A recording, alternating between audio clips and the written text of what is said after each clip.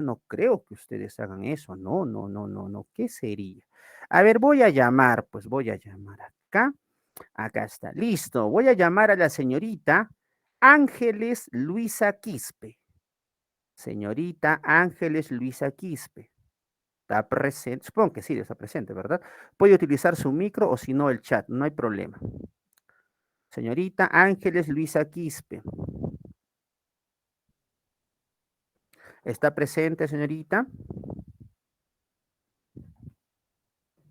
Ujú. ¿Está presente? Chan, chan, chan, chan. Ángela Luisa Quispe a la 1, Ángela Luisa Quispe a las 2, Ángela Luisa Quispe a las 3. Señorita monitora, no es que yo sea chismoso, ¿no? Pero le voy a contar que la señorita Ángela Luisa Quispe no está presente en clase. Ya está. Vamos a llamar a otra persona.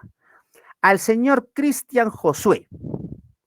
Señor Cristian Josué, ¿está presente? Cristian Josué. Señor Cristian Josué a la 1, Cristian Josué a las 2, Cristian Josué a las 3. Señorita monitora, otro joven que no está presente. Yo no sé, usted lo borrará de la lista, no sé, ya. No es que yo sea candelero, no, jamás, jamás, imposible. No, no, no, no, no. Llamemos a otra persona. El señor Jorge Armando. Perdón, sí, Jorge Armando. Señor Jorge Armando. Presente, presente, profesor. Ahí está, esa es la actitud, señor Jorge Armando. La clase pasada habíamos trabajado con ustedes la primera parte del tema número 2, ¿verdad? El día domingo que recuperamos clase. Ese día habíamos hablado acerca de la Convención sobre los Derechos del Niño. Muy bien, la preguntita va allí. Dígame, por favor, señor Jorge, ¿cuáles son las dos ideas fundamentales de esta Convención sobre los Derechos del Niño? Chan, chan, chan, chan. Allí Jorge Armando sintió el verdadero terror. Disculpe, profesor, que no entendí la pregunta. Fácil, dígame en qué se basa la Convención sobre los Derechos del Niño.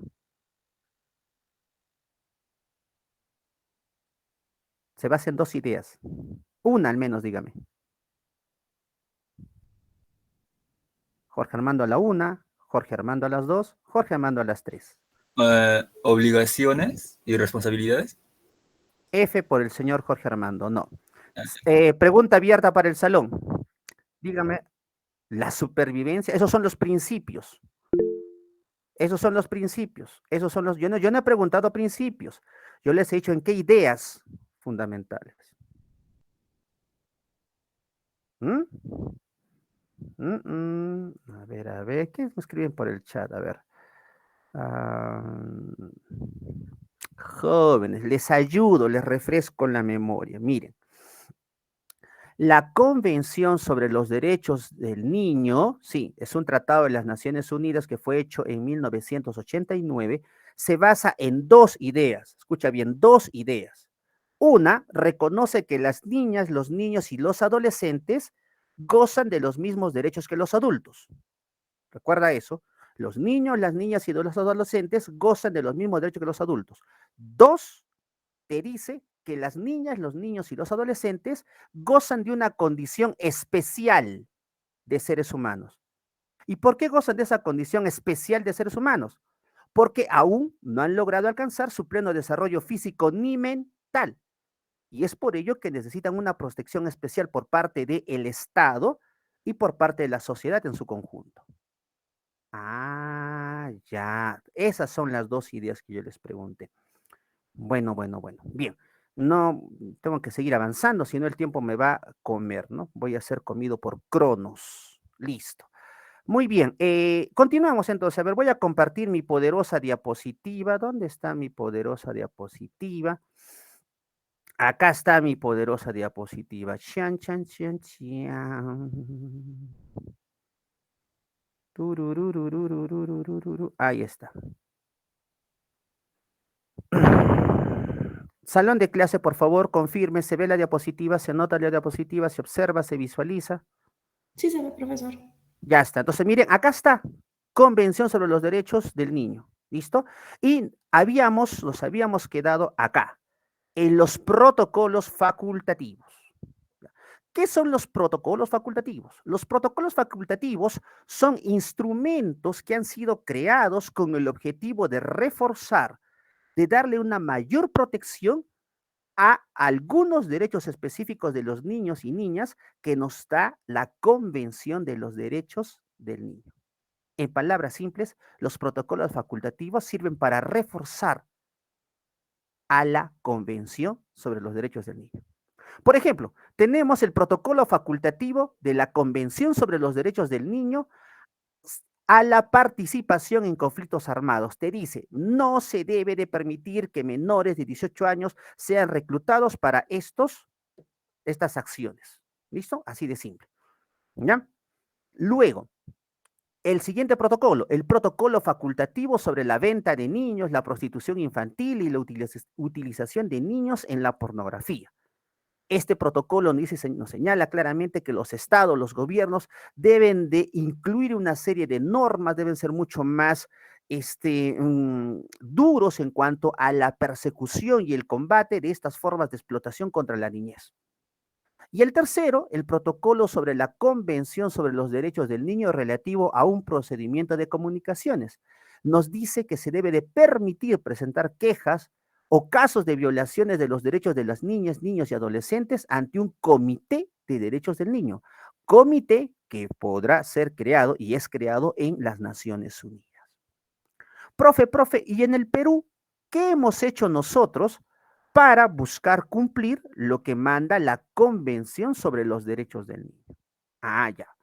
Recordemos hace un momento que dijimos, la Convención sobre los Derechos del Niño fue creada en 1989. A ver, fíjate en la diapositiva, ¿en qué año lo ratifica el Perú? En 1990. Es decir, el Perú es uno de los primeros países en el mundo que ratifica esta convención. Y recuerda, cuando un Estado, en este caso nuestro país, ratifica esta convención, nuestro país se está autoobligando a cumplir lo que manda, lo que señala este documento. Es así que en el año 93 por primera vez se reconoce a la violencia familiar como un problema público, gracias a la ley 26260. Profe, ¿y qué tiene que se haya reconocido pues a la violencia familiar como un problema público? Antes la violencia era visto meramente como un problema pues privado, de índole un poco más familiar, ¿verdad? De índole particular, ya si quieren llamarlo así. Cuando un problema o una situación se reconoce como un problema público, esto involucra que no solamente el Estado tiene que luchar para combatirlo, porque si es un problema público significa que nos afecta a todos, en diferentes niveles y grados.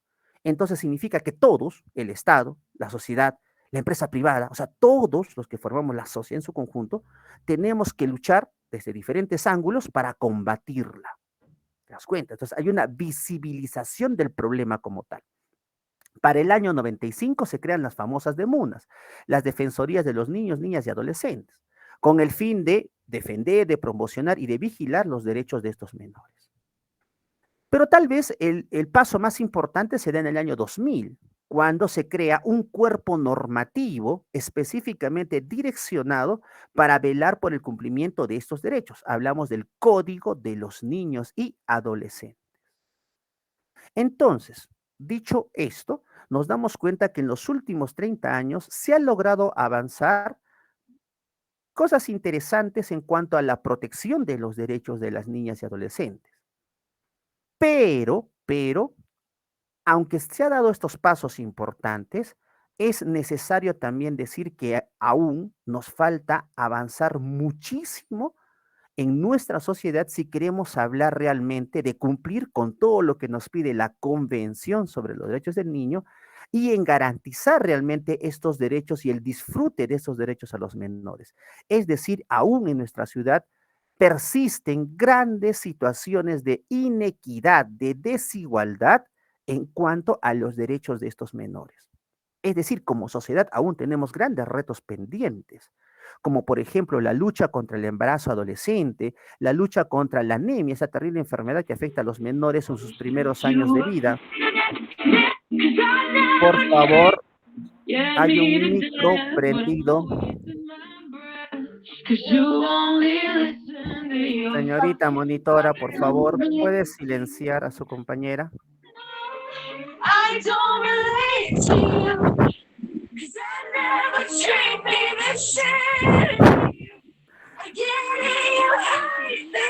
Señorita Ani Pilco, Roque.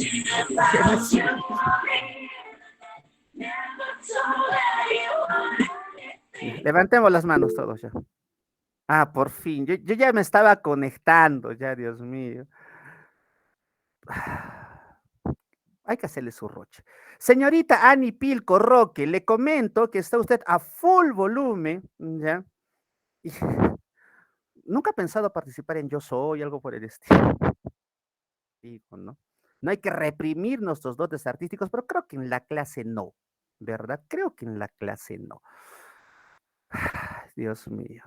Y cierto, Camila, creo que debe estar redolido, o sea, ese sentimiento con el que cantaba, Dios santo. Dios santo. Bueno, ya. El Perú tiene talento. Bueno, ya. Bueno, no voy a decir nada. Gracias, señorita monitora, por haber salido en auxilio de mis oídos. Gracias. Le agradezco de todo corazón. Gracias. Es que estaba con los audífonos a todo volumen. Imagínense cómo rebotó esos sonidos en mi pobre cerebro. Dios mío. Ya está. Bueno, ¿en qué estaba? ¿En qué estaba? Ya. Salón, ¿se ve la diapositiva? ¿Se observa la diapositiva? Sí se ve, profe. Ya está. Gracias, gracias, gracias, señorita monitora. Bien, ¿en qué estaba? Ah, ya les estaba hablando. Aún como sociedad nos queda grandes retos pendientes, luchar contra la anemia, esta terrible enfermedad que afecta a los menores en sus primeros años, buscar que se mejore los bajos. No, lo siento, no puedo. Tengo que reírme un rato. ¿Cómo es posible que esto me pase a mí, Dios santo? Ya, disculpen, en serio, disculpen. Es que quiero seguir avanzando y me viene me imagino a su compañera gritando y cantando así en plena clase. Ya, no, seriedad, seriedad, ya, voy a ponerme serio. Ya, les decía, aún tenemos grandes retos pendientes como sociedad, ¿verdad? Como sociedad, luchar contra todas las diversas formas de violencia que se puedan presentar en nuestro país. ¿Listo? Es más, miren chicos, nos bastaría a nosotros con recordar lo que ocurrió en nuestro país en el 2020, ¿ya? Recordemos cuando ingresamos a esta situación de la virtualidad y todo lo demás, estas desgarradoras imágenes que vimos nosotros de los niños y niñas teniendo que subir, que caminar 1 hora, 1 hora y media hasta la parte más alta de los cerros para buscar captar señal de radio para poder seguir y escuchar el programa del Estado Aprendo en Casa. ¿Se acuerdan ustedes, verdad, de esas imágenes que dieron la vuelta al mundo? Ojo, dieron la vuelta al mundo. Y que nos mostraron a todos, visibilizaron nuevamente, pues que es cierto, en el Perú nos falta muchísimo como sociedad para poder garantizar un espacio donde realmente pues se respete realmente, o sea, realmente los derechos de las niñas, niños y adolescentes. Bien. Profe, ¿y quiénes son pues los llamados a proteger y promover y hacer cumplir los derechos humanos? Pues son dos. Esta responsabilidad es compartida. Esta responsabilidad tiene los estados, los gobiernos, ¿ya? Los gobiernos. Los gobiernos tienen la necesidad, tienen la obligación de hacer cumplir los derechos. Pero no solamente es los gobiernos, sino también somos nosotros, ustedes, yo. Es decir, todos los miembros de la sociedad tenemos la responsabilidad de hacer respetar y cumplir los derechos de las personas.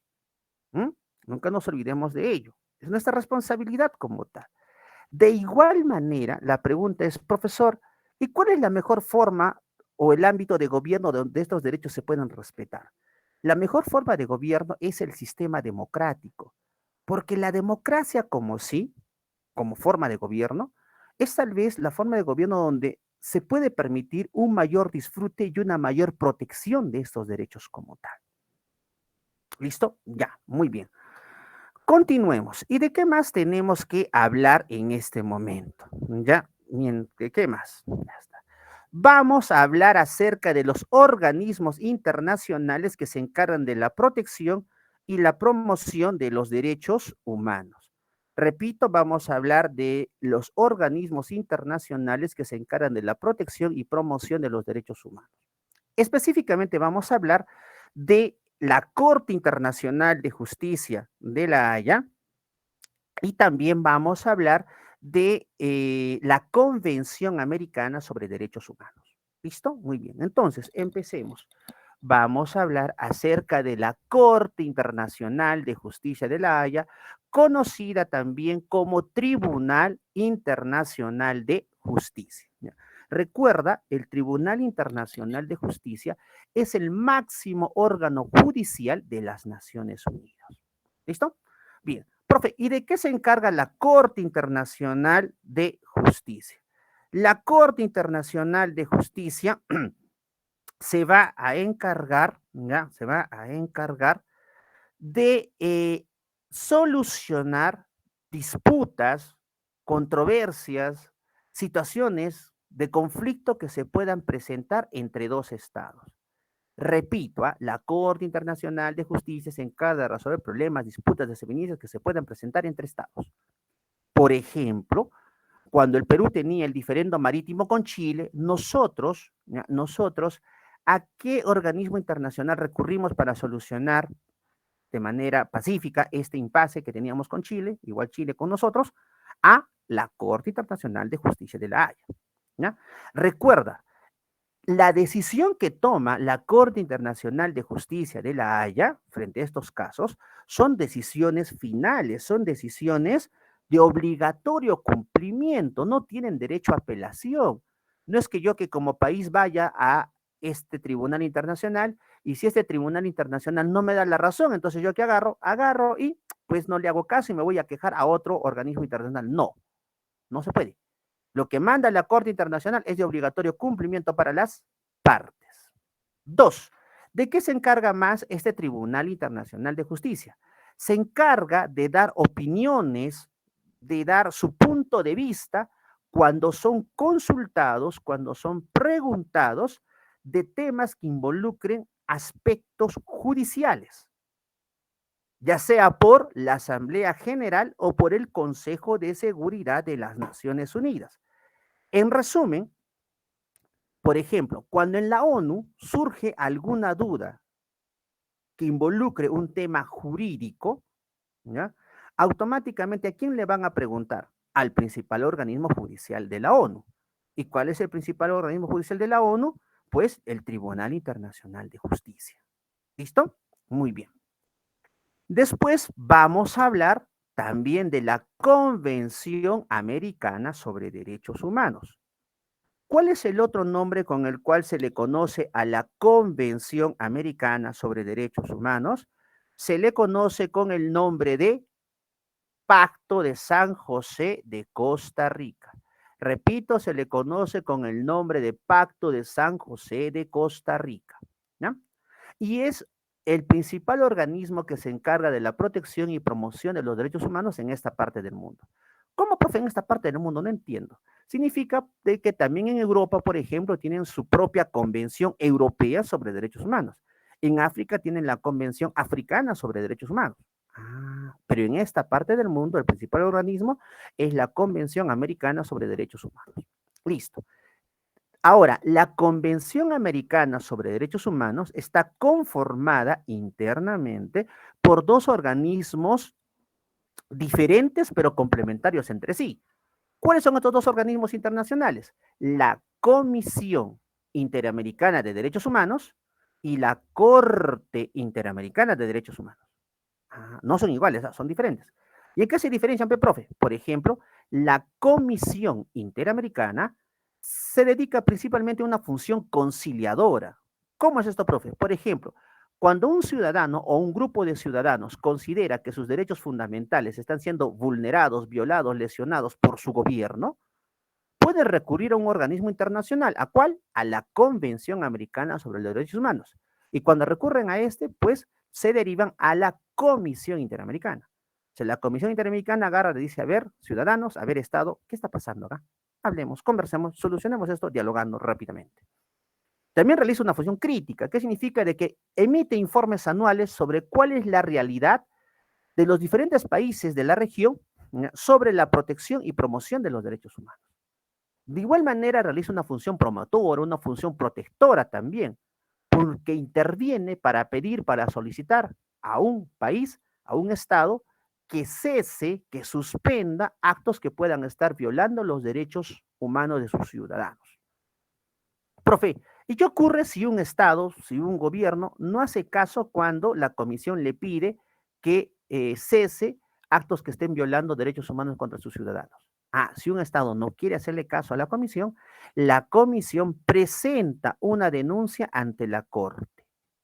Y acá ya la cosa cambia, porque la Corte Interamericana de Derechos Humanos, ellos sí son un órgano jurídico, un órgano judicial autónomo. Y la Corte Interamericana de Derechos Humanos, mediante sus resoluciones definitivas, que también tienen la característica de ser de obligatorio cumplimiento e inapelables, puede obligar a los estados a subsanar los derechos violados y también al pago de indemnizaciones a las víctimas y también a los familiares de las víctimas cuando éstas ya han fallecido. ¿Listo? Bien. Voy a hacerles algunas preguntitas para ver si hemos logrado comprender esta parte. Por ejemplo, la USA les pone el siguiente caso. En las zonas, en algunas regiones fronterizas de Colombia, se está utilizando la técnica de soltar insecticida por medio de avionetas. Entonces pasa una avioneta y suelta una gran cantidad de insecticida en los campos agrícolas. Listo, muy bien. Hasta ahí todo bien, pero ¿qué está ocurriendo? En esta región es muy constante los vientos. Entonces, mucha de este material de insecticidas que son soltados en el aire, ya, están siendo trasladados por acción eólica hacia poblaciones en Venezuela fronterizas a Colombia, afectando la vida de estas poblaciones. Este impasse, ¿ya? Este impasse entre estas dos naciones, entre Venezuela y Colombia, ¿ya? Podría ser solucionada recurriendo a qué organismo internacional.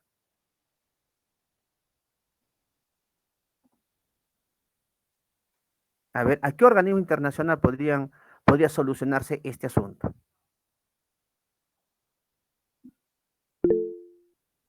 Correcto, Alondra, muy bien, ante el Pacto de San José de Costa Rica, muy bien. ¿Con qué otro nombre se le conoce al Pacto de San José de Costa Rica? Vamos, ¿con qué otro nombre se le conoce?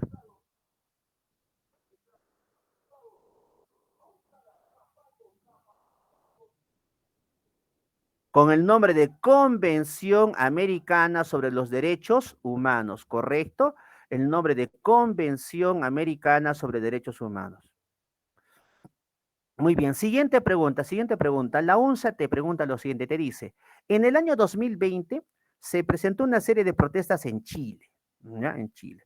Frente a ello, el gobierno chileno hizo uso de las Fuerzas Armadas y cometiéndose actos que vulneraban los derechos humanos de sus ciudadanos.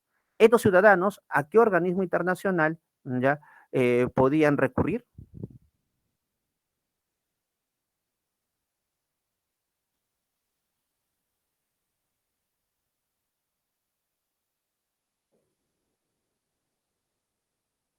Ah, no, no, no, a ver, alto allí, alto allí, alto allí, alto allí, alto allí, alto allí. Hace un ratito les hice la pregunta de este problema que había entre Venezuela y Colombia, ¿verdad? Creo que lo que su compañera ha cantado me ha movido las neuronas. Ya, les hice esta pregunta de Colombia y Venezuela, ¿correcto? Y les pregunté ante qué organismo internacional pueden recurrir, ¿ya? Y todos me dijeron Pacto de San José. No, no es Pacto de San José. No es Pacto de San José. No es pacto. O sea, ¿qué ha pasado en mi cerebro? Me he bloqueado. Ya no es el Pacto de San José. Si están peleándose, o si se pueden pelear dos países, se está peleando, este impasse está entre Colombia y Venezuela. Sería la Corte Internacional de Justicia de la Haya, la Corte Internacional de Justicia de la Haya, ¿sí? Corte Internacional de Justicia de la Haya. ¿Con qué otro nombre se conoce a la Corte Internacional de Justicia de la Haya? ¿Con qué otro nombre? ¿Con qué otro nombre se conoce a la Corte Internacional de Justicia de la Haya? A ver, ¿con qué otro nombre se conoce a la Corte Internacional de Justicia de la Haya? Tribunal Internacional de Justicia. Muy bien, muy bien, muy bien, muy bien. Ah, ya, eso es. Jóvenes, siempre que encuentren en una pregunta, siempre que encuentren una pregunta donde vean que dos países se quieren pelear o hay un problema entre dos países, entre dos naciones, automáticamente sabes que qué organismo puede solucionarles pacíficamente ese problema. Es la Corte Internacional de Justicia de la Haya o llamado también Tribunal Internacional de Justicia. ¿Listo? Bien.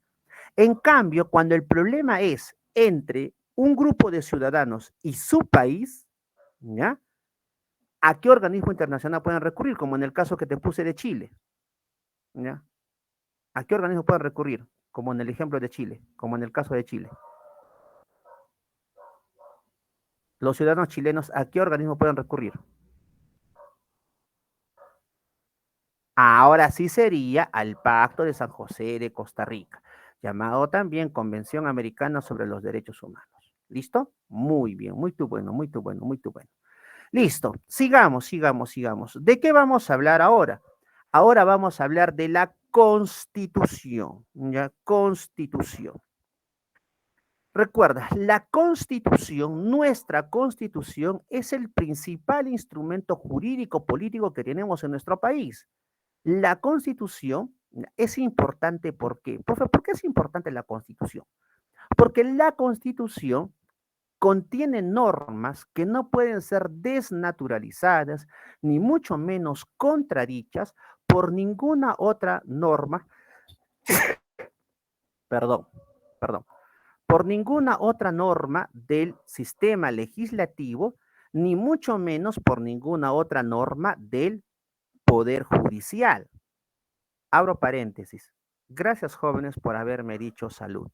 Su querido profesor ha estornudado y nadie se ha dado la molestia de decir salud, profesor, salud, profe, nada. Ay, Salud, profe, profesor. pero estamos virtuales. No, jóvenes, no, la educación es algo básico y fundamental. La virtualidad no nos exime del saludo, no nos exime de decir un salud cuando una persona estornuda. Eh, mm, mm, mm. Pequeños y pequeñas, están olvidándose de cosas básicas. Gracias a los que están escribiendo. Bien. ¿Qué estaba allá? La Constitución. ¿Por qué es importante la Constitución? Porque la Constitución contiene todas las normas que no pueden ser contradichas por nadie, ni por el Poder Legislativo, ni por el Poder Judicial. Dos, ¿por qué es importante la Constitución? La Constitución es importante porque ella establece, nuestra Constitución establece, ¿ya? ¿Cómo está estructurado el Estado peruano? ¿Cuáles son las principales instituciones? ¿Cuáles son las principales funciones de estas instituciones? ¿Cuáles son los requisitos que tiene que tener una persona para formar parte de estas instituciones? Por eso también es importante la Constitución, ¿ya? También la Constitución es importante porque dentro de ella se contiene todos los procedimientos y las atribuciones generales que tienen los diversos órganos del Estado para dictar leyes, ¿ya? Ahora, profe, ¿cuáles son las partes de la Constitución? La Constitución tiene 4 partes. Primero tenemos al preámbulo, ¿ya? ¿Qué encontramos nosotros en el preámbulo? El preámbulo, jóvenes, está al inicio de la Constitución y el preámbulo es o debe de contener cuáles son las bases teóricas, las bases filosóficas, las bases doctrinarias que han servido para crear esa Constitución, ¿ya? Por ejemplo, la Constitución del 79 tenía un preámbulo bastante interesante, ¿no? Bastante grande. En cambio, nuestra Constitución del 93 tiene un preámbulo que solamente son 3 líneas. Y les leo, dice, el Congreso Constituyente Democrático invocando a Dios Todopoderoso, obedeciendo el mandato del pueblo peruano y recordando el sacrificio de todas las generaciones que nos han precedido en nuestra patria, ha resuelto dar la siguiente constitución. Punto. Es el preámbulo de nuestra constitución. Si uno revisa constituciones de otros países, su preámbulo es bastante extenso, bastante extenso y muy interesante para analizar. Pero bueno, sigamos. Siguiente parte, la parte dogmática. Dentro de la parte dogmática vamos a encontrar todos aquellos artículos de la Constitución que nos hablen acerca de los derechos y deberes de la persona. Luego tenemos la parte orgánica. En la parte orgánica vamos a encontrar a todos aquellos artículos que nos hablen acerca de cómo está estructurado el Estado peruano, cuáles son sus funciones, sus instituciones que lo forman, es decir, toda la parte orgánica, cómo se organiza el Estado como tal. Luego tenemos la parte declarativa. En la parte declarativa está el final de la Constitución. La parte declarativa es un párrafo de unos 8 o 10 renglones que nos dice lo siguiente. Ya, nos dice, el Perú como un país austral, miembro del Tratado Antártico, va a velar porque este continente siga siendo utilizado solo con fines pacíficos y de investigación, buscando promover y proteger los diversos ecosistemas que allí están. Entonces, en resumen, ¿qué dice la parte declarativa? Nos dice cuál es nuestra postura del Estado peruano frente a el uso del continente antártico. Listo. A ver, voy a hacerles preguntitas para darnos cuenta si hemos logrado entender esta parte. A ver, preguntita. Ustedes en su examen de admisión les viene un artículo de la Constitución que dice los requisitos para ser congresista. Ya está, requisitos para ser congresista, muy bien. Y les preguntan, ¿este artículo pertenece a qué parte? ¿Dogmática, orgánica, declarativa o preámbulo? A ver. Dogmática, me dice Junior. Los demás, vamos, jóvenes. Escriban, participen. Dogmática, me dice Dalia. Solamente 2 de más de 55 personas. Stephanie, le repito la pregunta. Usted está leyendo un artículo que nos habla de los requisitos para ser congresista. Se le pregunta, ¿este artículo pertenece a qué parte? ¿Preámbulo, parte dogmática, parte orgánica o parte declarativa? Vamos, los demás. Dogmática, dogmática, dogmática. Muy mal. ¿Cómo que, profe? Está mal, pues. ¿Pero por qué, profesor? Les explico. Mire. Simple. ¿Este artículo de qué hablaba? Hablaba de los requisitos para ser congresista. Ya está. Los congresistas forman parte de qué poder del Estado? Del poder legislativo. Legislativo. Y el poder legislativo es un poder que forma parte de la estructura del Estado peruano, de cómo se organiza el Estado peruano. Entonces no sería pues parte dogmática. ¿Cómo va a ser preámbulo? No, me lloro. No, les he dicho, el preámbulo. ¿Cómo va a ser declarativa? Dios mío, no sé qué me va a dar. Estos chicos están jugándose conmigo. A ver, les repito, el preámbulo de nuestra Constitución solo tiene 3 renglones y les he leído hace un momento el preámbulo. Luego les he dicho que la parte declarativa es cuando el Estado peruano le dice al mundo cómo debemos de comportarnos frente al continente antártico, ¿ya? Y yo les he preguntado, este artículo de la Constitución que nos habla de los requisitos para ser congresista, obviamente pues no va a ser preámbulo ni parte declarativa, es parte orgánica. Va a ser con ustedes. Ay, ya, sigamos. Siguiente pregunta, Dios mío. Ya. Me voy a tranquilizar. Ya, sigamos. Siguiente pregunta, les digo. Leen un artículo de la Constitución. Este artículo de la Constitución les dice lo siguiente. ¿Cuáles son las atribuciones de la Policía Nacional del Perú? Atribuciones de la Policía Nacional del Perú. Bien. Dígame, por favor, este artículo, ¿a qué parte pertenece? Preámbulo, dogmático, orgánico, declarativo. Vamos, chicos, rápido, por favor. A ver, vamos, vamos. Otra vez declarativa. ¿Es en serio? Les estoy diciendo que declarativa. Por favor, escúchenme. Declarativa es la postura del Estado peruano frente a la Antártida. Antártida, ¿qué tiene que ver la Policía Nacional acá? Dogmática me están diciendo. A ver, repito. El artículo les habla de las funciones de la Policía Nacional, atribuciones de la Policía Nacional del Perú. La Policía Nacional del Perú es una institución estatal. Esta institución depende del Ministerio del Interior. Y el Ministerio del Interior pertenece al Poder Ejecutivo. El Poder Ejecutivo es un poder del Estado, la estructura del Estado. Sería parte orgánica. Siguiente pregunta.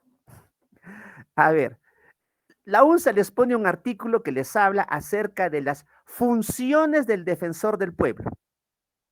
Funciones del defensor del pueblo. A ver, este artículo de las funciones que habla funciones del defensor del pueblo, ¿pertenece a qué parte? ¿Preámbulo, dogmático, orgánico o declarativo?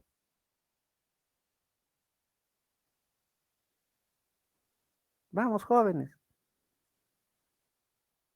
Les sale las funciones del defensor del pueblo. Orgánico, dogmático, declarativo o preámbulo. Gracias, jóvenes, gracias. Es orgánico, pues orgánico, claro, porque el defensor del pueblo pertenece pues a la Defensoría del Pueblo y la Defensoría del Pueblo es un órgano constitucional autónomo que forma parte de la estructura del Estado peruano. Ah, ya, listo. Siguiente pregunta, siguiente pregunta. Ustedes leen un artículo que dice, toda persona tiene derecho a un nombre. Ya está. Ese artículo pertenecería a qué parte? Toda persona tiene derecho a un nombre. Ya está.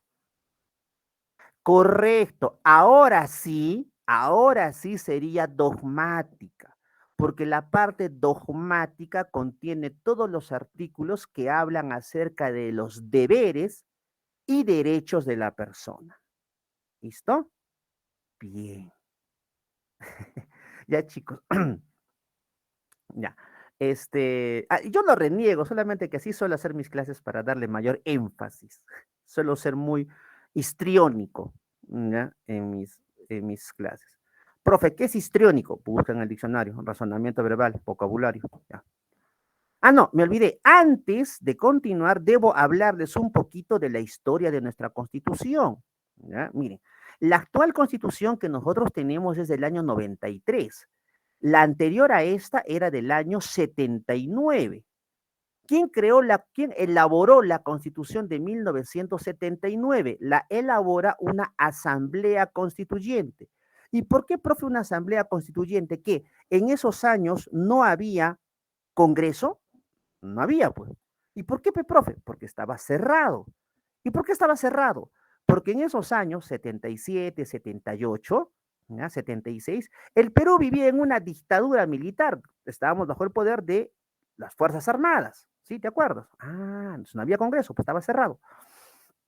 Es por ello que los militares, antes de irse del poder, pues permiten que se cree una asamblea constituyente. ¿Ya? Esta asamblea constituyente tenía dos objetivos. Uno, elaborar una nueva constitución. Dos, convocar a proceso para elecciones democráticas, elegir un nuevo presidente. O sea, la asamblea constituyente elabora una constitución. ¿Cuál es la constitución? La constitución del 79. Esta constitución del 79 estuvo vigente hasta el año 93. ¿Qué ocurrió allí? En el 91, en el 92, ¿quién era presidente del Perú? Iniciaba su mandato Alberto Fujimori. Alberto Fujimori encuentra el país en crisis económica principalmente, ¿no? Entonces dice, ¿qué podemos hacer para reactivar el Perú? ¿No? Entonces agarra y entre las ideas que estaban por allí, ya dice, pues hagamos que el capital extranjero venga al Perú para invertir. ¿Ya? Entonces, ¿cuál era lo más fácil en ese momento? Pues privaticemos. Es más, digamos a los extranjeros, les vamos a vender nuestras empresas estatales a un precio casi de regalo. Es más, les vamos a dar hasta 14 años para que ustedes no paguen impuestos. O sea, ya vengan pues a invertir. ¿Ya? Compren las empresas estatales. Pero había un problema. ¿Quién impedía esto? La Constitución, porque la Constitución del 79 decía que no se podía privatizar empresas públicas, sino que el Estado tenía que tener una presencia en ellas. Dos, que el Congreso de ese momento era un Congreso pues de oposición a Fujimori. Entonces pues Fujimori dice, ya que la solución que tengo es saco a los militares, a las Fuerzas Armadas, a la calle. Y da un autogolpe de Estado en abril de 1992. Un acto totalmente antidemocrático, anticonstitucional. Saca a las Fuerzas Armadas, pone a los tanques frente al Parlamento, frente al Congreso, saca a los diputados, a los senadores, porque en ese momento el Congreso era bicameral, agarra e interviene el Poder Judicial también. Ya está. O sea, allí era un autogolpe de Estado. ¿Mm? Por presión internacional, pues Fujimori convoca elecciones para un nuevo Congreso.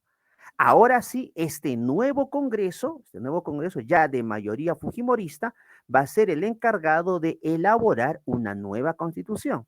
El famoso Congreso Constituyente Democrático elabora la constitución, que es la que actualmente tenemos, ¿no? Y esta nueva constitución va a ser sometida a referéndum y es aprobada por la mayoría de las personas, ¿ya? Y va a entrar en vigencia el 31 de diciembre de ese mismo año. ¿Listo? Muy bueno, muy bueno. Ya entendemos un poco más de esta constitución. Bien, en esta diapositiva pues tenemos cómo está, cómo está estructurado internamente la constitución, ¿no? Cuáles los 6 títulos, el título número 1 de la persona y la sociedad, perdón, de qué trata el orden fundamental de la persona, de qué artículo a qué artículo va. ¿Listo? Es para darnos un poco cómo está estructurada la constitución nuestra. Bien, ¿de qué vamos a hablar ahora ya finalmente? Vamos a hablar del importante rol que cumplen los medios de comunicación como acceso a la información. Ojo, recordemos, el derecho a la información es un derecho fundamental muy importante. Y los medios de comunicación se han constituido en el mecanismo de mayor influencia en una sociedad. O sea, mucha de la opinión que ustedes tienen o que yo tengo sobre algo se basa en lo que hemos escuchado o leído en los medios de comunicación. Es decir, los medios de comunicación son los que influyen directamente en la creación de la opinión pública. ¿Ya? No se olviden de eso. Y este poder, esta fuerza que ellos tienen, ¿ya?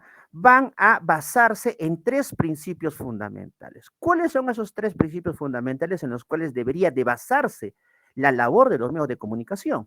En la veracidad, por ejemplo. ¿Qué es la veracidad?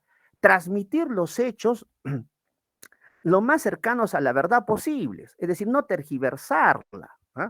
Objetividad, presentar la información de manera imparcial sin buscar beneficiar o perjudicar a una persona en total. Pluralidad, tener en cuenta los diferentes o las diferentes interpretaciones o puntos de vista sobre un tema. Es decir, si voy a presentar un informe periodístico, pues tener las versiones de los 2 lados. Pero lamentablemente en nuestro país, en diferentes momentos, el actuar de los medios de comunicación ha estado muy lejos de estos 3 principios, como objetividad, veracidad y pluralidad. ¿Cómo los vamos a ver a continuación? Por ejemplo, nuestro banco del CEPRUNSA nos dice lo siguiente. Dice, los medios de comunicación en el gobierno de Fujimori. Por ejemplo, década de los 90. Estaba como presidente Alberto Fujimori y en esos años, ¿ya? Se utilizó como una estrategia del gobierno el apropiarse, el buscar el apoyo, muchas veces de manera ilegal, de los diferentes medios de comunicación. Ojo, chicos, recuerden esto. En la década de los 90, los principales medios de información eran televisivos, radiales y escritos. Internet, redes sociales, no, nada que ver, estaba en pañales todavía. Hablar de eso era algo que en el Perú ni se manejaba todavía, recién estaban iniciándose. O sea, toda la información era televisiva, radial y escrita.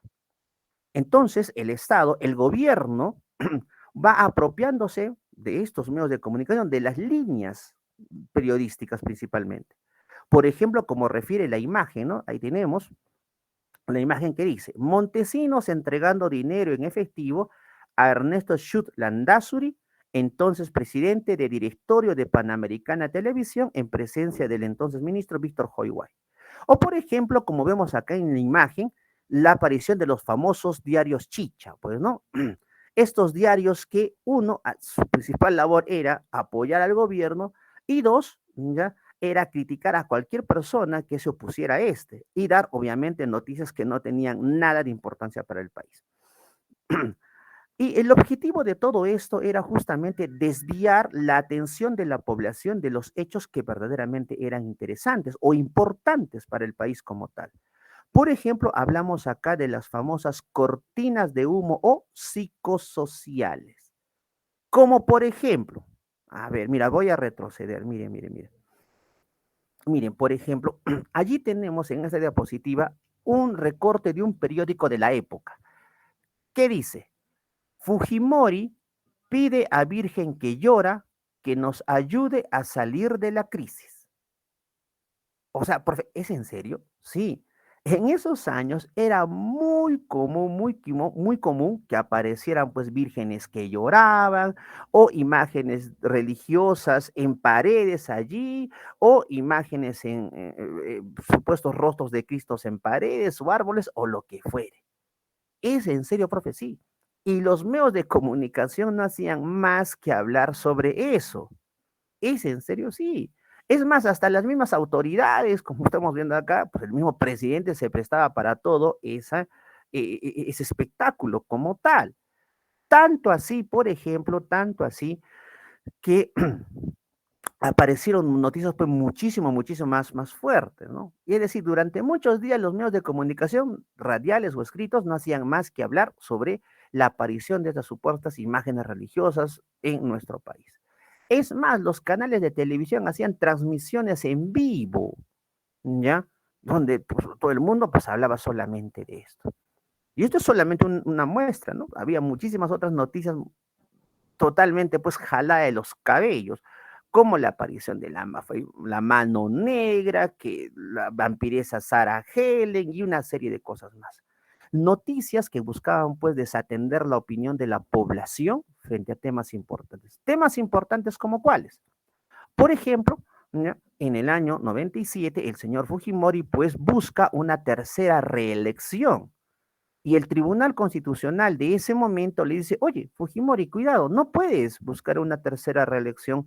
La misma constitución que tú has hecho, tu misma constitución, te dice que solamente se permiten dos. Tú quieres ir a una tercera reelección. Entonces, ¿qué hace el poder? Agarra y destituye a esos miembros del Tribunal Constitucional y nombran a otros. Y estos otros miembros del Tribunal Constitucional le dicen, bueno, sí, vamos a hacer una, entre comillas, auténtica interpretación de la Constitución. Y le permiten a Alberto Fujimori postularse a una tercera reelección, que iba a ir del 2000 al 2005. ¿Bien? Listo. Entonces, hasta acá, jóvenes señoritas, ¿alguna preguntita, alguna duda? ¿O todo bien? Jóvenes, hasta acá, ¿alguna preguntita, alguna duda o todo bien? ¿O todo claro? ¿Todo claro, hijas, hijas? ¿Hijos? ¿Todo claro? ¿Ninguna pregunta, ninguna duda?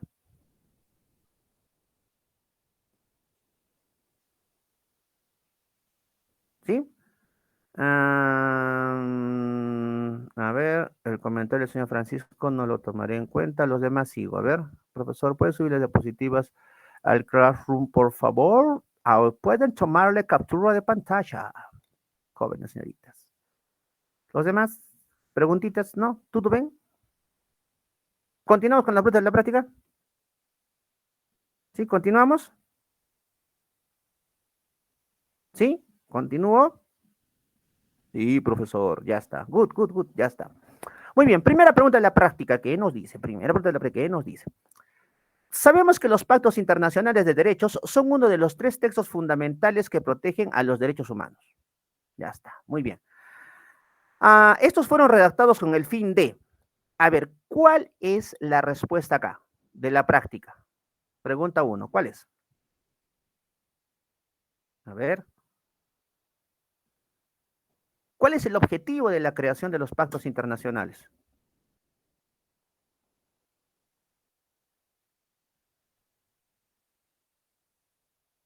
Correcto, muy bien, jóvenes, la E, correcto. Garantizar y apoyar por parte de la fuerza jurídica de manera vinculante para reforzar la Declaración Universal de los Derechos Humanos. Correcto, muy bien, muy bien, muy bien, muy bien, muy bien. Siguiente pregunta, la 2, dice, entre protestas y tensión política, Perú se encontró en estado de emergencia. La medida generada por la destitución del presidente Castillo y anunciada por Alberto Tarola, ministro de Defensa del país, significó la suspensión de la libertad de reunión y de tránsito, entre otros derechos. ¿A qué tipo de derechos corresponde esta suspensión? Por favor, a ver.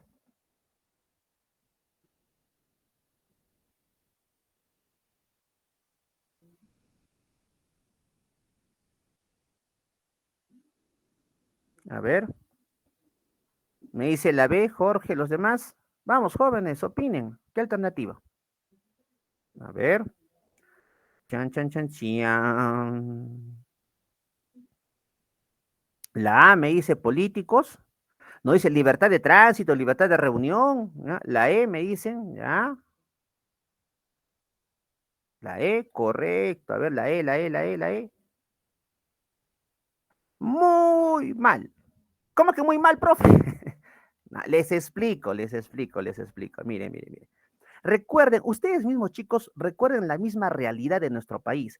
En el 2020, 2021 estábamos en estado de emergencia, claro, profe, por la pandemia. Correcto, muy bien, muy bien. Pregunto, ¿en esos años tuvimos elecciones? Jóvenes, ¿tuvimos elecciones en esos años? Jóvenes, señoritas, ¿tuvimos elecciones en esos años? ¿Cómo que no? ¿Cómo que no? Me lloro. ¿Cómo que no? Sí, sí hemos tenido elecciones, chicos, sí. Hasta hemos votado por Castillo, ya vi las elecciones para elegir al presidente, chicos. Acuérdense, hace poquito nomás. ¿Ya? Ya.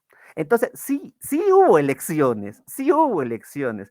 Por ende, sí tuvimos, ¿ya? Acceso a nuestros derechos políticos. Entonces, no se suspenden los derechos políticos. Se suspende el derecho a la libertad de tránsito, a la libertad de reunión y viabilidad de domicilio. Esos son derechos civiles, civiles, civiles. No es la C, no es la C. Civiles, civiles. La B, la B, civiles. Jóvenes, recuerden, económicos, sociales y culturales es derecho al trabajo, a la salud, a una vivienda adecuada, a alimentación. Esos son derechos económicos, sociales y culturales. Estoy hablando acá de libertad de tránsito, libertad de reunión. Es la B, civiles. Ya, sigo. Ya sigo. Dice, la abogada y ex premier Violeta Bermúdez Valdivia afirmó que el Estado debe actuar y concretar los estándares internacionales de diligencia efectiva de igualdad de derechos de la mujer y eliminar de toda forma de discriminación hacia ella, que plantea la Convención para la Eliminación de la Discriminación de la Mujer. Este tipo de situación está contemplada en. Profe, no entiendo nada de esto. A ver, les voy a aclarar la pregunta.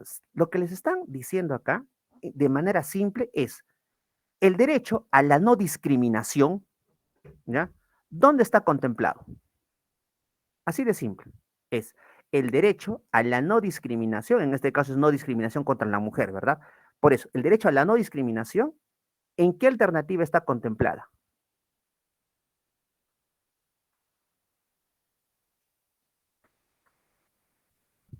Vamos, derecho a la no discriminación. A la mujer en este caso, pero igual es no discriminación. ¿Dónde está contemplado? A ver. Jóvenes, hijos míos, hace un momento, hace contados segundos, les he dicho que los derechos económicos, sociales y culturales nos hablan de trabajo, educación, ¿ya? Nos hablan de salud. Entonces, ¿cuál sería?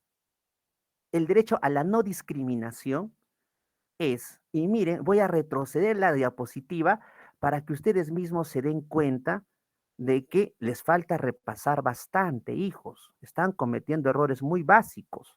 Miren, ¿dónde está el derecho a la no discriminación? ¿En qué pacto? ¿A qué pacto pertenece? Pacto Internacional de Derechos Civiles y Políticos. Civiles y políticos. ¿Ya? No sé de dónde me están sacando la respuesta E. ¿Ya? En ningún momento en mi clase yo he hablado de ese tema de la alternativa E. ¿Ya? Voy a volver a la práctica. A ver, ¿qué dice? La C, Pacto de Derechos Civiles y Políticos. Entonces, este derecho a la no discriminación está contemplado en el Pacto de los Derechos Civiles y Políticos. ¿Ya? En ningún momento yo he hablado de los derechos de la modernización del sistema legal. Yo nunca he hablado de eso. ¿No? El SEPRUNSA no nos pide eso. Ya. Siguiente pregunta, dice. Como consecuencia de la coyuntura actual, el gobierno declaró el estado de emergencia en todo el territorio nacional. Ello con el fin de garantizar el control del orden interno y la tranquilidad de la población, tras las manifestaciones que se vienen suscitando en distintas regiones del país. ¿Qué derechos del Pacto Internacional de Derechos Civiles y Políticos no pueden ser restringidos en el estado de emergencia?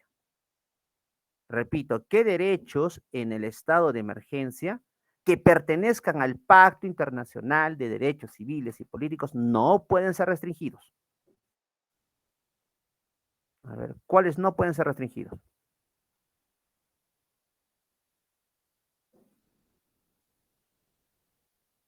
La vida, la reunión, jóvenes, repito, lean el enunciado de la pregunta 2, jóvenes, ustedes mismos lean el enunciado de la pregunta 2.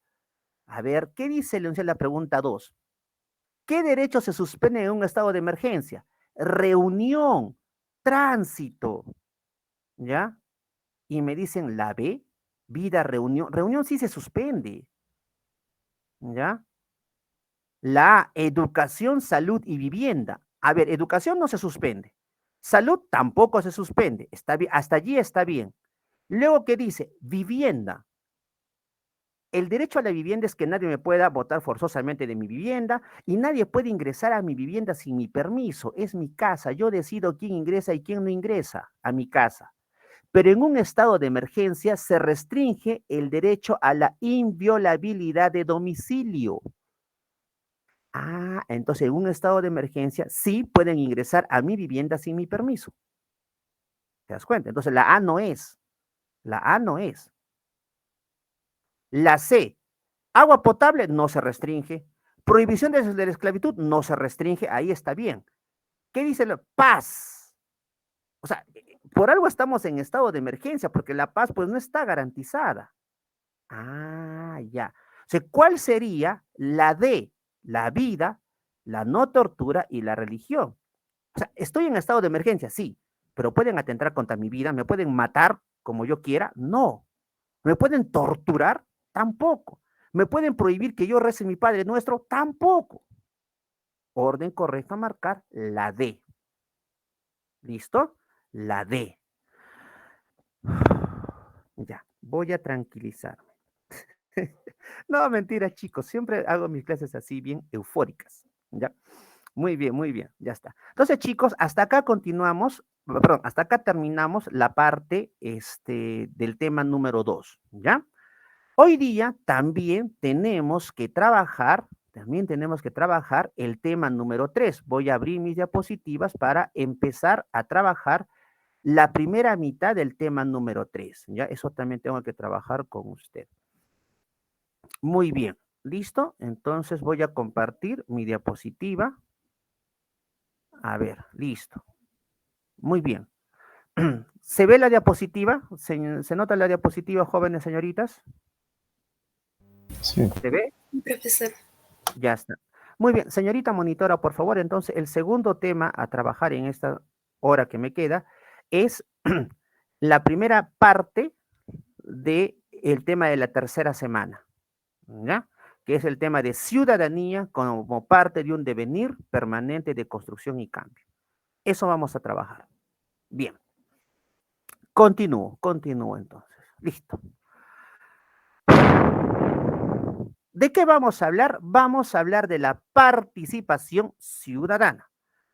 Profe, ¿qué es la participación ciudadana? Mire, la participación ciudadana es un espacio de diálogo que debe de existir entre el gobierno, entre el Estado y nosotros, los ciudadanos. La participación ciudadana nos garantiza y nos permite y nos facilita a nosotros, ciudadanos, poder intervenir en las decisiones públicas que se vayan a tomar. Porque la participación ciudadana debe entenderse desde dos puntos. Es un derecho y es un deber. Nosotros tenemos el derecho de participar activamente en las decisiones públicas. Por ejemplo, podemos participar activamente formando un partido político. Podemos participar activamente participando en un proceso de revocatoria de autoridades. ¿Se dan cuenta? Pero también es un deber. Ojo, lo malo o bueno que ocurre en un país no solamente es responsabilidad del Estado, sino también que ustedes, que yo, tenemos la responsabilidad de comprometernos, es decir, de participar en buscar solucionar los problemas que en nuestro país se presentan. Por eso se dice que la participación ciudadana es un derecho y es un deber. ¿Listo? No olvidar. Muy bien. Luego, ¿cuáles son las características de la participación ciudadana? Por ejemplo, tenemos como características, uno, que es efectiva. La participación ciudadana busca plantear soluciones para problemas reales, problemas tangibles que se presentan en nuestra sociedad. Por ejemplo, un problema que en los últimos años ha aumentado bastante es la delincuencia. ¿Te das cuenta? Entonces, profesor, sí ha aumentado la delincuencia aquí en mi barrio, profe, antes los vecinos dejábamos nuestros carritos acá en la calle, ahora ya no se puede dejar nada, profe, porque el carro que uno deja en la calle, a los días aparece pues sin espejos, sin llantas o sin autorradio, profe, pucha, no, ya no se puede. ¿Te das cuenta? O sea, entonces la participación ciudadana dice, bien, está ocurriendo eso en nuestro sector, en nuestro barrio, los vecinos nos reunimos y vamos a ver pues qué solución le damos a esto, ¿no? La participación ciudadana también es consensuada. ¿Por qué te dice que es consensuada? Porque busca tomar en cuenta los diferentes puntos de vista de los miembros de la sociedad. Por ejemplo, sigamos con nuestro caso. Profesor, sí, la delincuencia. Muy bien, los vecinos nos reunimos y decimos, ya vecinos, tenemos este problema en el barrio, ¿qué hacemos? Un vecino levanta la mano y dice, vecinos, bueno, contratemos un vigilante particular, construyamos una casetita, le compramos su bicicleta y cada vecino mensualmente se compromete a dar una suma de dinero para el sueldo de este vigilante. Ah, ya es una opción. Otro vecino dice, no, vecinos, mejor de frente hagamos y pongamos rejas. Enrejemos para tener un mejor control de los que van a ingresar o no a nuestro barrio. Ah, bueno. Otro vecino dirá, no, vecinos, ¿sabemos qué? Hagamos y formemos un comité de vigilancia vecinal. Y los vecinos nos comprometemos a vigilar todo esto. ¿Te das cuenta? Son tres opciones. Es consensuada, se toman en cuenta las diferentes posturas, luego se lleva una votación para ver cuál de esas decisiones tomamos. ¿Mm? Tercera característica, la participación ciudadana es desiderativa, porque expresa los deseos y necesidades de la población. Es responsable, porque busca que los ciudadanos asumamos una postura frente a un problema del entorno, es decir, nos busca comprometer directamente, nos hace responsables. Por ejemplo, imagínense que hemos decidido que vamos a contratar un vigilante, entonces cada vecino se hace responsable de ello, de mensualmente otorgar un monto de dinero para el sueldo de esta persona. hay una responsabilidad que asumimos como ciudadanos. Es comprometida la participación ciudadana, porque busca que distintos sectores de la sociedad asumamos responsabilidades y trabajemos colaborativamente. Por ejemplo, hemos decidido formar un comité de vigilancia vecinal. Listo, entonces lo primero que vamos a hacer es pedirle a la comisaría, ¿no?, de nuestro sector que venga y nos dé charlas sobre seguridad ciudadana. O sea, ya estamos involucrando a la comisaría más, ¿te das cuenta? Estamos comprometiendo también a los diversos sectores de la población. Es social, porque los temas que buscan ser solucionados con la participación ciudadana afectan a la sociedad y las respuestas o soluciones a estos temas deben salir de la misma sociedad en sí. Finalmente, es comunitaria, porque la participación ciudadana busca generar y desarrollar una conciencia gregaria, una conciencia de grupo. Bien, la participación ciudadana jóvenes entonces nos va a permitir que nosotros ciudadanos estemos manejando una mayor información sobre los asuntos públicos. Es decir, ya no podemos por ser esos ciudadanos que se desatienden de lo que pasa. Por ejemplo, si vamos a participar en unas elecciones y vamos a votar, pues mínimo tenemos que informarnos sobre a quién le vamos a dar nuestro voto, quiénes son los candidatos para alcaldes en mi distrito, qué son, qué experiencia tienen, al menos pues leerme su plan de gobierno, saber, informarme de ello. También la participación ciudadana nos permite presentar iniciativas de reforma constitucional o de formación de leyes. También nos va a permitir tomar decisiones que puedan beneficiar a un desarrollo del distrito, de la provincia o de la región. De igual manera, la participación ciudadana nos va a permitir vigilar la adecuada gestión pública. Por ejemplo, vamos a ver la revocatoria, la remoción de autoridades, ¿sí? Entonces, profesor, ¿cuál es la importancia que tiene la participación ciudadana? La participación ciudadana, entonces, se va a entender como aquella intervención de los ciudadanos en la esfera pública, es decir, en las decisiones públicas, en función de nuestros propios intereses. ¿Listo? Bien. Ahora, vamos a hablar acerca de las condiciones que van a permitir a los ciudadanos comprometerse con la participación ciudadana. Existen dos condiciones que van a permitir a las personas comprometernos directamente con la participación ciudadana. ¿Cuáles son las más importantes? Es la ciudadanía y es el voto. Profe, ¿qué es la ciudadanía? La ciudadanía es un estatus. ¿Cómo que un estatus? Es una condición que va a estar determinada por un conjunto de derechos, de responsabilidades, que van a ser reconocidos para todos los miembros de una determinada comunidad política por igual. Les explico, miren, la ciudadanía es una condición de ciudadanos. No cualquiera tiene una condición de ciudadanos, ¿no? Porque hay una ciudadanía efectiva. La ciudadanía efectiva, este estatus de ciudadanos, lo adquirimos nosotros cuando tenemos 18 años. Cuando usted, joven señorita que me esté escuchando allí, cumple los 18 años, usted va a entrar a una ciudadanía en ejercicio. Es decir, va a poder disfrutar y hacer uso de una gran cantidad de derechos. ¿Y por qué, profe? Porque usted ya es mayor de edad, ya es un ciudadano en ejercicio. Ya. ¿Listo? Ahora, jóvenes señoritas, no olvidemos lo siguiente, ¿ya? Por ejemplo, usted ya con sus 18 años ya puede, pues, asumir una gran cantidad de derechos. Puede usted firmar contratos y una serie de cosas. Usted ya es 18 años, pues joven, ya simple. Pero no solamente usted asume una gran cantidad de derechos, sino también una gran cantidad de responsabilidades, de deberes. Por ejemplo, chicos, si ustedes ya tienen 18 años o estás próximo a cumplir 18 años, escucha esto, usted ya no puede ir firmando cualquier papelito que le pongan enfrente, no. Porque si tú ya tienes 18 años, tu firma, vuestra firma, ya vale, ya tiene un valor, ya pesa. ¿Por qué?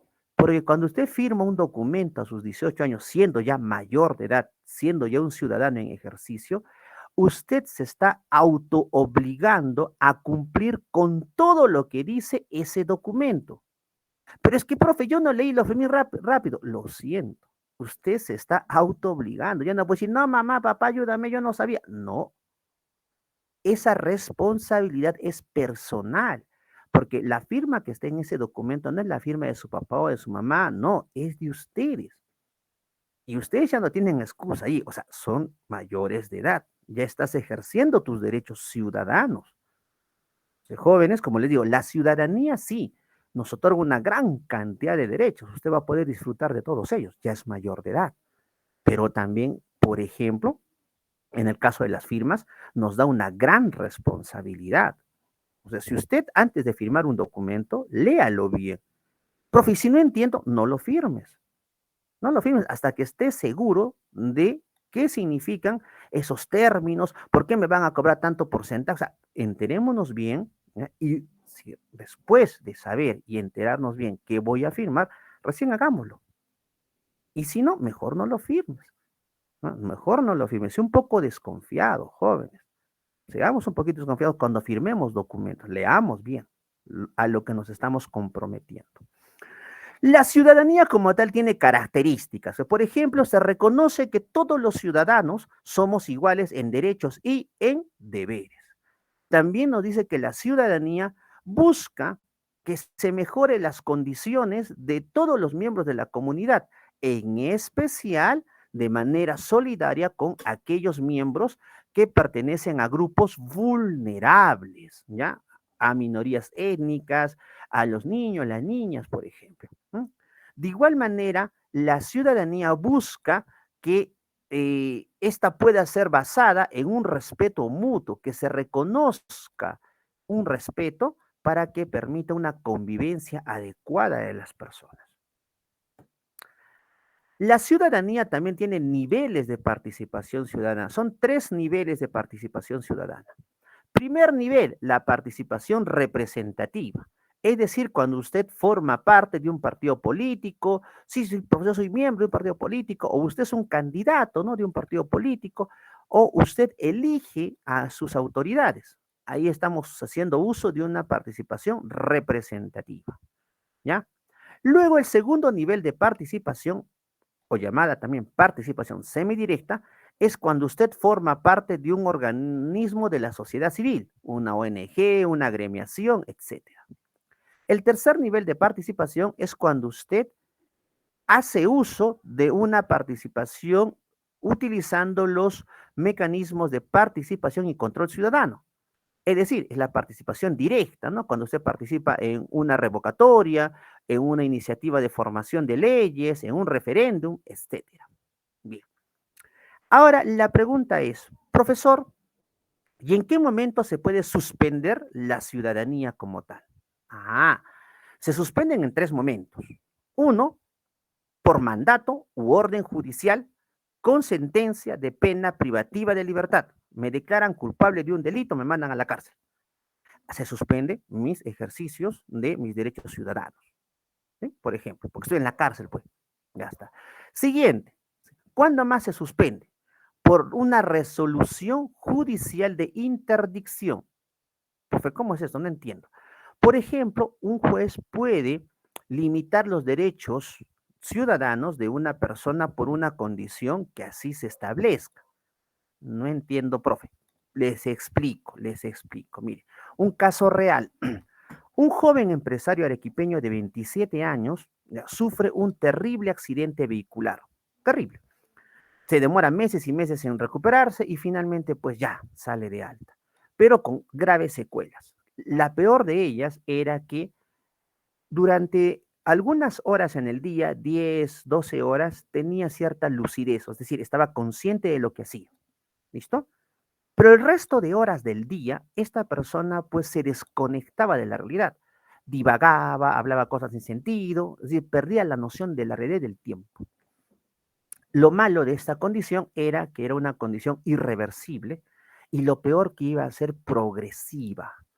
Es decir, que con el correr de los años, estas horas de lucidez que antes eran 10, 12 horas, iban a ir disminuyendo, desgraciadamente. Entonces, frente a esto, la familia de este joven empresario, ¿ya?, solicitó al juez una resolución de interdicción. ¿Por qué? Porque era una forma de cuidar el patrimonio de este joven empresario, de sus empresas, de sus negocios. ¿Por qué? Porque en esas horas que este señor estaba salido de la realidad, cualquier persona podía venir y decirle, oye, ¿sabes qué? Fírmame este documento en blanco. Él estampaba su firma y se acabó. Eso obviamente iba a afectar a esta persona. Podían hacerlo responsable de un delito o simplemente podían hacer algo con esos documentos. Ya tenía la firma, pues. O sea, ante esta situación se declaró una situación de interdicción y se le limitó el disfrute de algunos derechos, principalmente los derechos ciudadanos, la participación ciudadana como tal. Tercero, ¿cuándo más se puede ver limitado mi participación ciudadana? Cuando hay una sentencia con inhabilitación de los derechos políticos. Esto lo da el Congreso. Ejemplo, profe, en el caso del señor Vizcarra. ¿Qué ocurrió con Vizcarra? Recuerda que el señor Vizcarra fue candidato al Congreso y fue el candidato con la mayor cantidad de votos a su favor. Pero, profe, Vizcarra no es congresista. Correcto, no fue congresista porque luego el Congreso de ese momento le dio una sentencia con inhabilitación de derechos políticos. Lo inhabilitó por 10 años. O sea, por 10 años el señor Vizcarra, según lo que el Congreso señaló en ese momento, no puede ejercer sus derechos políticos. ¿Sí? Correcto, un antejuicio político. Correcto, muy bien. Luego dijimos que había otra forma en la cual nosotros como ciudadanos podemos ejercer nuestra ciudadanía, que es el voto. ¿Qué es el voto? El voto contiene la decisión que cada ciudadano toma libremente sobre a qué persona deseamos apoyar en su interés de acceder a un cargo público. El voto en nuestro país ya ha tenido logros. ¿Por qué? El voto no es como lo conocemos ahora, el voto no inició así, pues el voto inició en nuestro país siendo totalmente restringido, no era universal, no, nada, nada, nada. El voto solamente era para varones, es más, y solo para varones que supieran leer y escribir, punto. Con el transcurrir de los años, esto se fue ampliando. Por ejemplo, para 1955 se consigue el voto de la mujer, ya de manera general, ¿ya? Antes solamente podían votar mujeres, pero mujeres que sepan leer y escribir. En el 55 se dice no, todas las mujeres pueden votar. Para el año 79, en este caso ya se incluye que la ciudadanía empieza a los 18 años y se da un carácter de mayor universalidad a este derecho, porque se permite el acceso a la votación a todos, incluidos los analfabetos.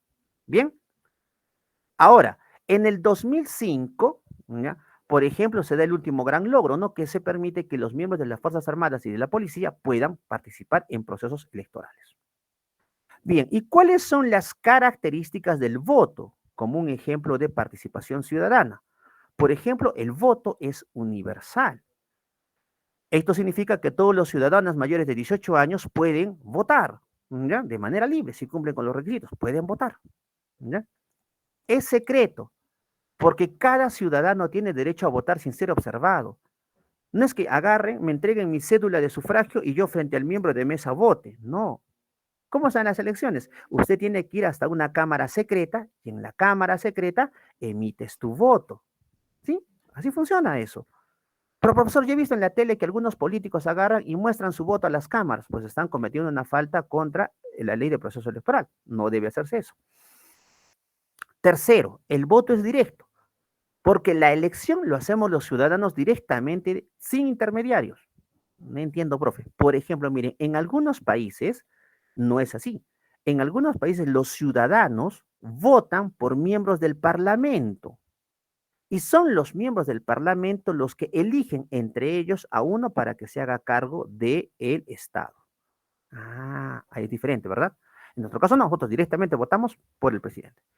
Es personal, ¿no? Es personal, porque los ciudadanos, nosotros podemos emitir nuestro voto sin que nadie intervenga en nuestra decisión. Así debe de ser. Nadie debe decirnos, oye, ¿sabes qué? Si no votas por esta persona, te vamos a despedir del trabajo. Si no votas por esta persona, la empresa va a cerrar y vas a perder tu trabajo. No. ¿Se acuerdan ustedes lo que ocurría en las últimas elecciones presidenciales? Algunos empresarios juntaban a sus trabajadores y les decían, no, no pueden votar por tal candidato porque él es un tal, es un cual, va a cerrar todas las empresas y si cierran, pues simple, ¿no? Los vamos a despedir a ustedes. No, no puede ser así, pues, ¿no? Nadie puede intervenir en la decisión de las personas. Es intransferible, porque el elector no puede decirle a otra persona que vaya a votar en mi lugar. Yo no puedo decirle, ¿sabes qué? No quiero ir a votar ahora, pero toma mi DNI y vota por mí más. No, es intransferible. Es libre, porque cada persona ha de emitir su voto de acuerdo a su preferencia por algún ciudadano o algún candidato que él considere. Bien. Hasta acá, jóvenes, ¿alguna preguntita, alguna duda o todo claro? Hasta acá, ¿alguna preguntita o todo claro?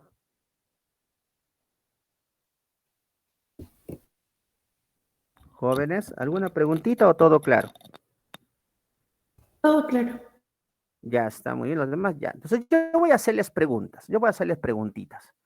Bien, primera preguntita. Miren, hace un rato habíamos hablado, ya, hace un rato habíamos hablado, jóvenes señoritas, ya, sobre los niveles de participación ciudadana, niveles de participación ciudadana. ¿Se acuerdan? Ya está. Hemos dicho que existían, perdón, que existen 3 niveles de participación ciudadana. Ya está. Salón de clase. Y yo les pregunto, imagínense que ustedes con sus compañeros forman un club deportivo, ¿ya? Un club deportivo. Yo les pregunto, este club deportivo, ¿ya? Este club deportivo, ¿qué tipo o en qué nivel de participación está? A ver,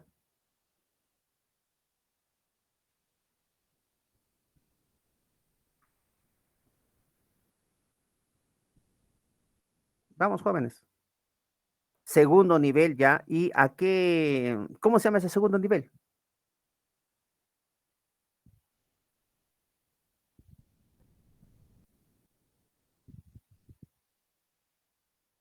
Semidirecta, correcto, muy bien, muy bien, muy bien. Siguiente pregunta. Usted, señor, señorita, forma parte de un colegio profesional, el Colegio Profesional de Psicólogos.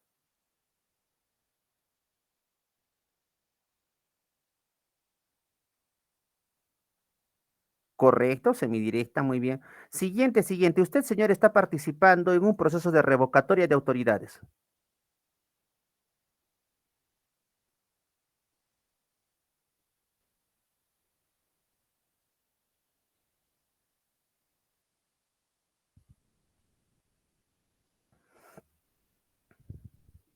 Tercer nivel. ¿Cómo se llama el tercer nivel?